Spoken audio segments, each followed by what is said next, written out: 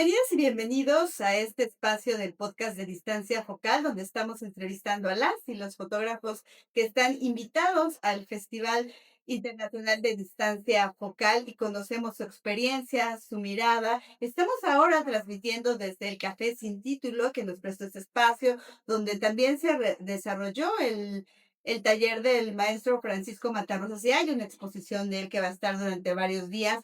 Y bueno, hoy tenemos el gusto de conversar con el fotógrafo Luis de Sandoval. Bienvenido, Luis, a este espacio. ¿Qué tal? Muchísimas gracias por la invitación. Oye, pues un gran currículum de Luis, lo vamos a contarles un poco quién es él. Su trabajo ha sido publicado en al menos 7 libros, así como revistas y diarios de El País, de México, de Europa y de Estados Unidos. Se ha expuesto en Gran Bretaña, España, Estados Unidos, Argentina, Colombia y México. Fue fotógrafo de Getty Imágenes entre 2011 y 2017. Es profesor y conferencista de la Escuela de Nikon, miembro de Nikon México y profesor en el Tecnológico de Monterrey, pero ahora también es fundador de la comunidad Film de Foto. Bienvenido, Luis, otra vez. Y bueno, ahora, bueno, regresemos al principio, tus inicios en la fotografía. Pues bueno, inicio en 2005 en la carrera, llevé comunicaciones y lo primero que empecé a hacer fue fotografía de prensa para Radio Fórmula. Mm. Entonces, en la página web de Radio Fórmula, yo era el fotógrafo y pues, bueno, básicamente ahí es donde todo comenzó. Oye, y luego, bueno, hiciste fotografía de prensa. ¿Estuviste para Getty y ahí hacías fotografía de prensa o qué? Sí, hacía fotografía de bueno, me toca el sexenio de Calderón, en donde me toca cubrir, pues, varios conflictos, armados y todo este tema del narcotráfico. Y bueno, también tengo asignaciones largas, como algunos documentales y por ahí hay algunas, pues, asignaciones en torno a, pues sí, los temas del narcotráfico, de violencia, coberturas, militares, etcétera. Oye, ¿cómo fue tu experiencia en el fotoperiodismo?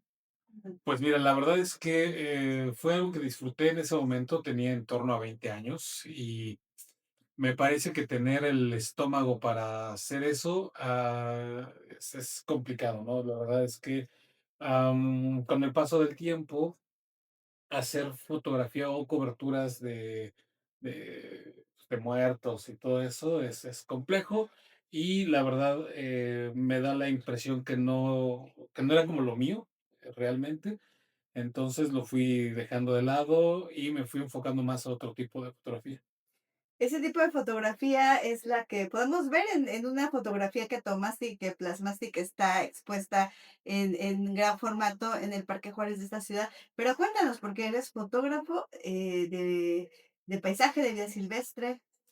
Pues bueno, a raíz de, empiezo a tener ya problemas, psicológicos por tantos muertos, así tal Claro. cual. Entonces empiezo a dejar como ese camino fotográfico y empiezo a optar por, la fotografía de paisaje, la fotografía de vida salvaje, que, de alguna manera me empieza a llenar y, de alguna manera, pues, yo crezco, por ahí está el chiste de que crezco en pueblito mágico, las afueras de la Ciudad de México, en un lugar que se llama Tizapán, y tengo muy cerca el bosque y mi familia es de Hidalgo.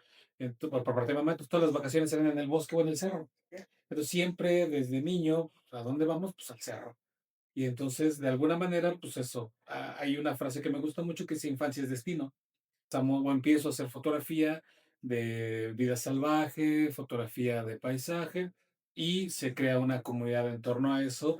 Primero como eh, en estos, en este tema de Nikon School, que se hacen clases y más o menos la pandemia, la gente empieza todo se vuelca en línea, las clases en línea, y de repente cuando se empieza a disminuir el tema de la pandemia, la gente quiere salir. Entonces empezamos a tener cada vez más y más salidas y se crea el proyecto de Fil de Foto, en donde empezamos a llevar a gente a vivir la experiencia de ser fotógrafo de paisaje, etcétera, para dar clases, asesorías, etcétera. Oye, uno pensaría que la fotografía de paisaje, solo una foto bonita, lo que vemos plasmado en la foto en las fotografías es espectacular.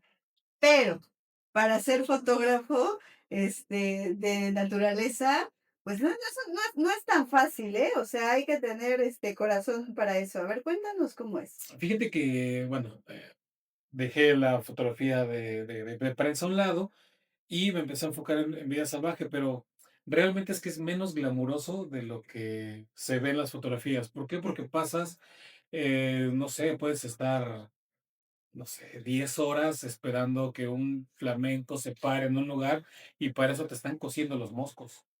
Y te arriesgas al dengue y te arriesgas a estar en estos espacios, alimañas, arañas, etcétera.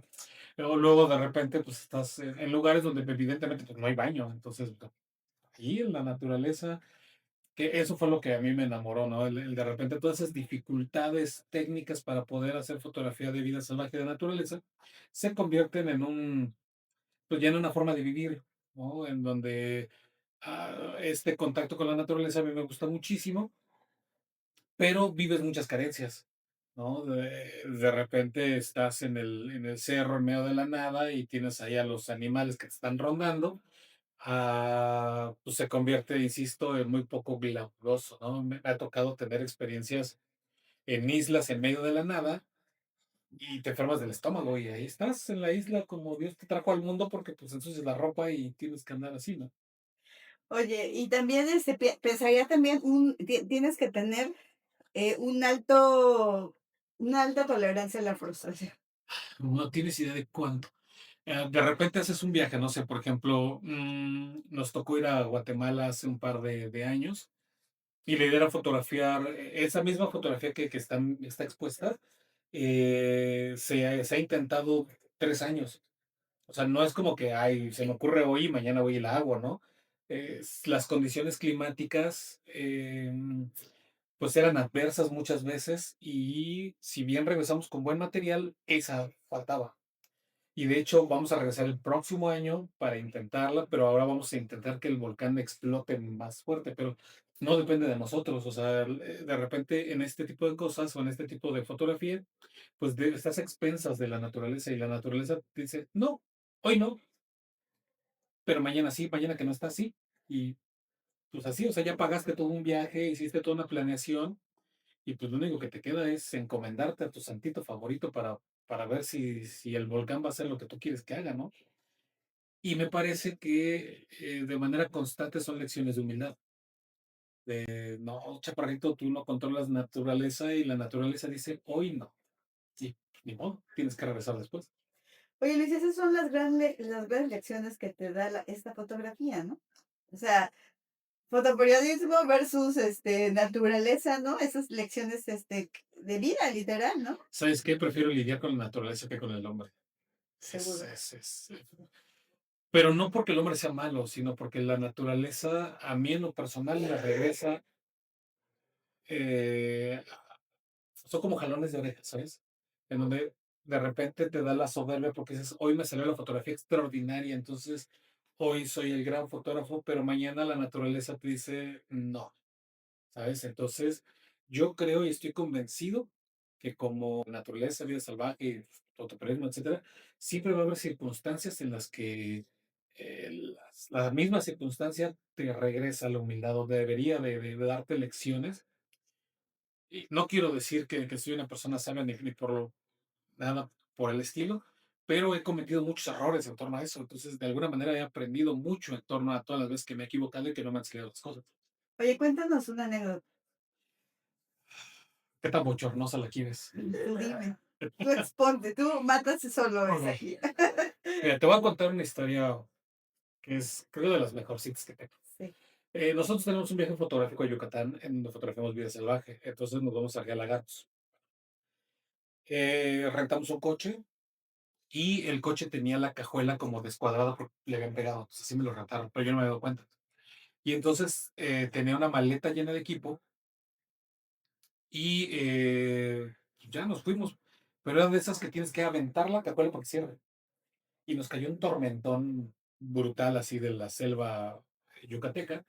em, y la mochila se cayó porque no cerró bien qué la fuerte. cajuela y venían ahí cámaras, venían lentes, venían tarjetas, un dineral en equipo. Bueno, cuando llegamos a Real Lagartos, 3 horas y media después de Mérida, o sea, hasta 3 horas y media después de Mérida, nos dimos cuenta que no estaba la mochila. Y yo todavía ilusamente dije, ay, igual la dejé en la cama del hotel, en Mérida.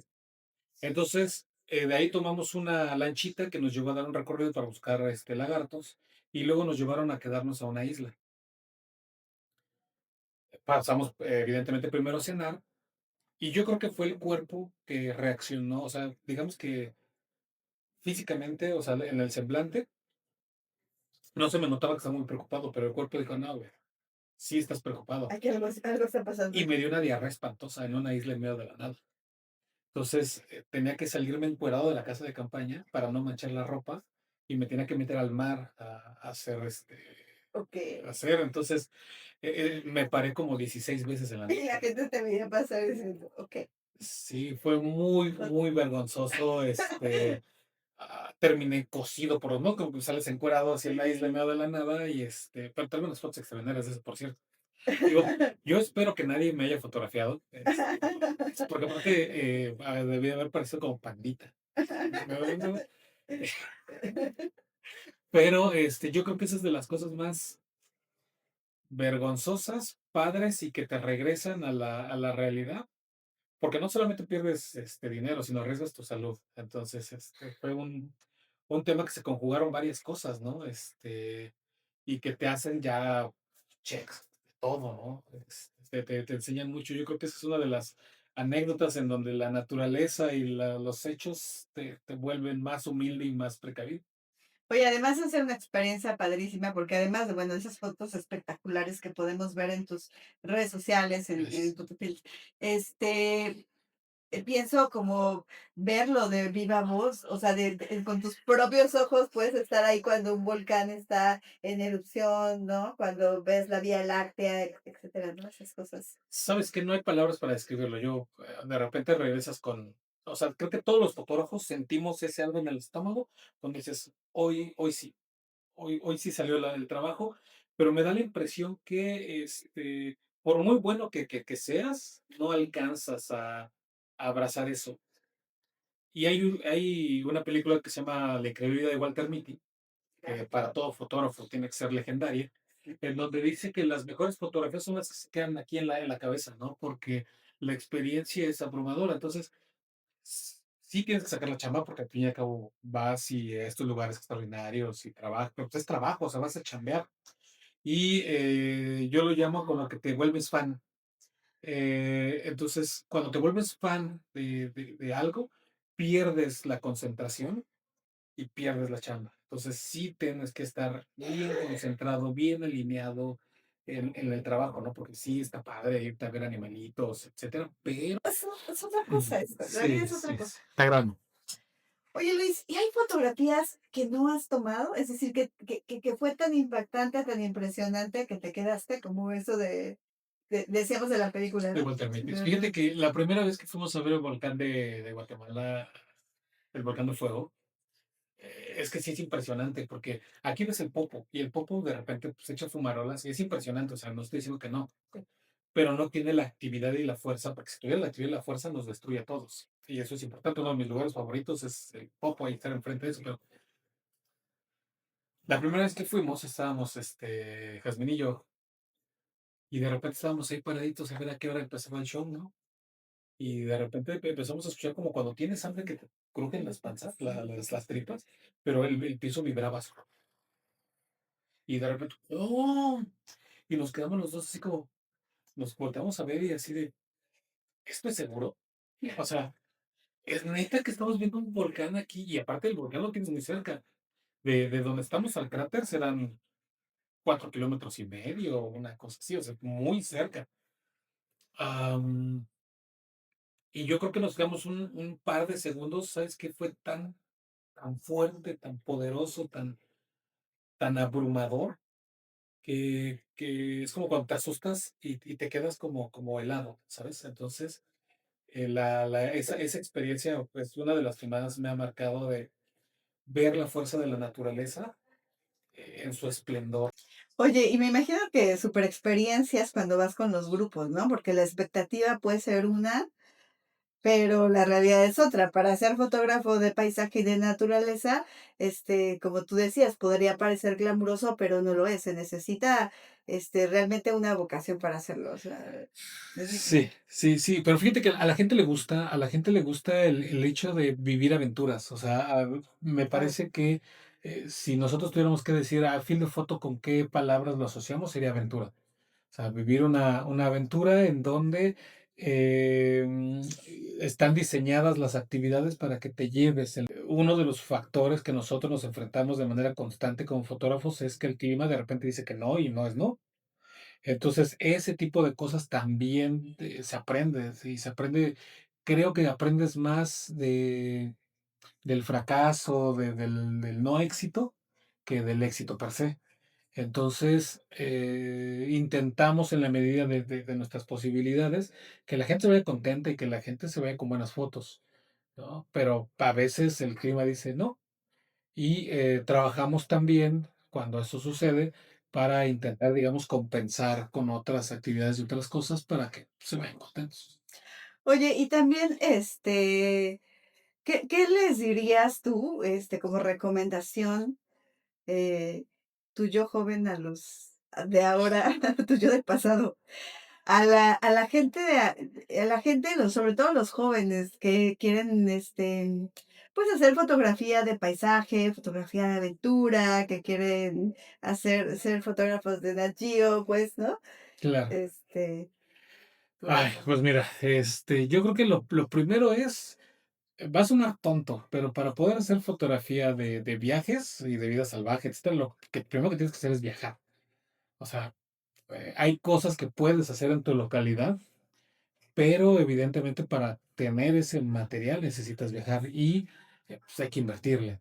Entonces, en medida de las posibilidades, puedes ir buscando viajes que te vayan ayudando a ir increciendo este tema, ¿no? Y el hacerlo costeable, ¿no? De repente vender postales, meter colaboraciones, es decir, que de repente no tengas que meter siempre tú el dinero, sino que de repente el mismo viaje se pague. ¿Sabes? Entonces, eso te puede permitir trabajar. Yo lo que le diría a Luis de ese momento, diría, deja de perder quizás el tiempo en esa vocación que no era el fotoperiodismo claro. y aprovecha más viajando, porque de repente viajé a muchos lugares y no hacía fotografía. ¿Sabes? Entonces de repente pues me agarraron muy chiquito e hice unos viajes importantes que ahora como adulto digo, hijo, me hubiera encantado hacerlo en este preciso momento de mi vida porque hubiera podido tener fotografías espectaculares de otros lugares. Entonces, creo y estoy convencido que para poder hacer fotografías, aquí mismo, por ejemplo, en Veracruz tiene lugares espectaculares para poder hacer fotografías, Chachalacas, las dunas, Los Tuxtlas, ¿no? ajá, puedes ir a Catemaco, ¿no? A toda esa parte para hacer vida salvaje, aquí al Perote, al volcán Pico de Orizaba. O sea, y hay lugares que de repente no tienes que meterle la millonada y que tienes esos climas, ¿no? Por ejemplo, irte aquí al volcán es espectacular, es la montaña más alta de México, se ve la Vía Láctea, tienes naturaleza y luego bajas y tienes el mar, ¿no? Entonces, pues aquí en Veracruz realmente es que le decía a Jazmín hace rato que es un estado que lo tiene todo porque tiene muchos climas. Entonces, al tener muchos climas, tienes muchas oportunidades de hacer fotografías diferentes de esos espacios. Claro. Oye, y ahora ya para concluir esta conversación, Luis, ¿qué es para ti la fotografía? Ay, Gran pregunta. Sí, sí. mira, hay una frase que acabo de leer de Joan Fontcuberta que dice que la fotografía eh, me salvó me dio la vida. Me salvó la vida, no porque me haya quitado de un peligro, sino porque me la dio. Entonces, a mí en lo personal, el vivir estas aventuras 24/7 es gracias a que hago fotografía. si me hubiera quedado encerrado en una cabina de radio, al menos a mí, no me hubiera, llevado a conocer los lugares que he conocido, a meterme en los problemas que me he conocido y que en lo personal a mí se me hace apasionante. Entonces, para mí la fotografía no solamente es un medio para ganarme la vida, sino es un medio para vivir la vida. Y vivir la vida es la que te va a dar las fotografías, ¿no? Para mí es eso. Qué bonito. Oye, y hoy estuviste en una charla con jóvenes y después saliste a caminar por la ciudad y a hacer fotografías. Cuéntanos de tu participación en el festival y qué te pareció esta experiencia. Bueno, pues, antes que nada, muchas gracias por invitarme. Todas las veces que me inviten, yo regreso encantado, porque para mí Veracruz me encanta. Es un lugar que yo le tengo un cariño muy, muy particular. Y bueno, tuvimos una charla sobre fotografía de autor en donde les platicaba em, en torno a que la fotografía es como medio de comunicación para los que somos tímidos, a pesar de que no parezca, soy muy tímido. A pesar de que no lo parezca, soy muy tímido, pero la fotografía es lo que me ha dado ese valor, ¿sabes?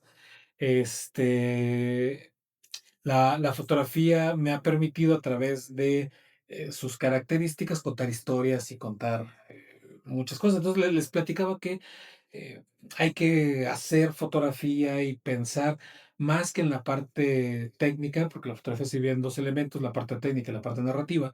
Hay que pensar en narrar, porque cualquiera ya puede hacer una fotografía y la inteligencia artificial está durísima, pero la inteligencia artificial no puede narrarte lo que tú sientes, entonces lo que tú vives. Y es ahí donde estamos, más que técnicos fotográficos, necesitamos gente que cuente historias. Necesitamos unos nuevos juglares que estén contando historias. Entonces, básicamente eso platicaba. Y la verdad es que después, lo que, de las cosas que más me gustan es la fotografía de calle. Entonces salimos y un grupo como de 35 personas más o menos, eh, hablábamos en torno a, bueno, cuestiones de seguridad, cuestiones técnicas, y los veían muy emocionados, sobre todo porque de repente la gente no se anima a salir a la calle a hacer fotografía por el miedo que de repente tenemos a la calle, ¿no? Por el miedo que tenemos a que nos asalten, a que algo pase. Pero cuando vamos en conjunto, digamos que es como un abrazo colectivo donde vamos todos trabajando y nos vamos cuidando entre todos, aunque no nos conozcamos, porque compartimos esa misma pasión. Y yo estoy convencido que la gente que busca a través de la fotografía la belleza es gente buena per se, Sí. porque está buscando la belleza. Una persona que no busca la belleza tendrá otras formas de ser y de pensar, pero la gente que busca la belleza a través del arte, pues es gente que tiene alguna nobleza en su corazón y se cuida y se abraza, aunque no lo sepa. Y mañana tenemos una sesión fotográfica, eh, no recuerdo el lugar, pero vamos a tener ahí unos flashes y vamos a estar jugando con una modelo para iluminar en un penthouse. Ah, ¿es en la Torre Jaquín? Ima, En Ima, en la Torre Jaquín. Ahí va a ahí ser. mero. Ahí mero va a estar Luis, dando ese taller. Luis, un placer platicar contigo. Ay, muchas gracias. Pues muchas gracias. Esto fue el podcast de Distancia Focal. Yo soy Flavia Morales y muchas gracias por acompañarnos esta noche. Muchas gracias a Título por brindarnos este bonito espacio para hacer estas conversaciones. Por favor, síganos en nuestras redes sociales para conocer las actividades del festival. Buenas noches, muchas gracias.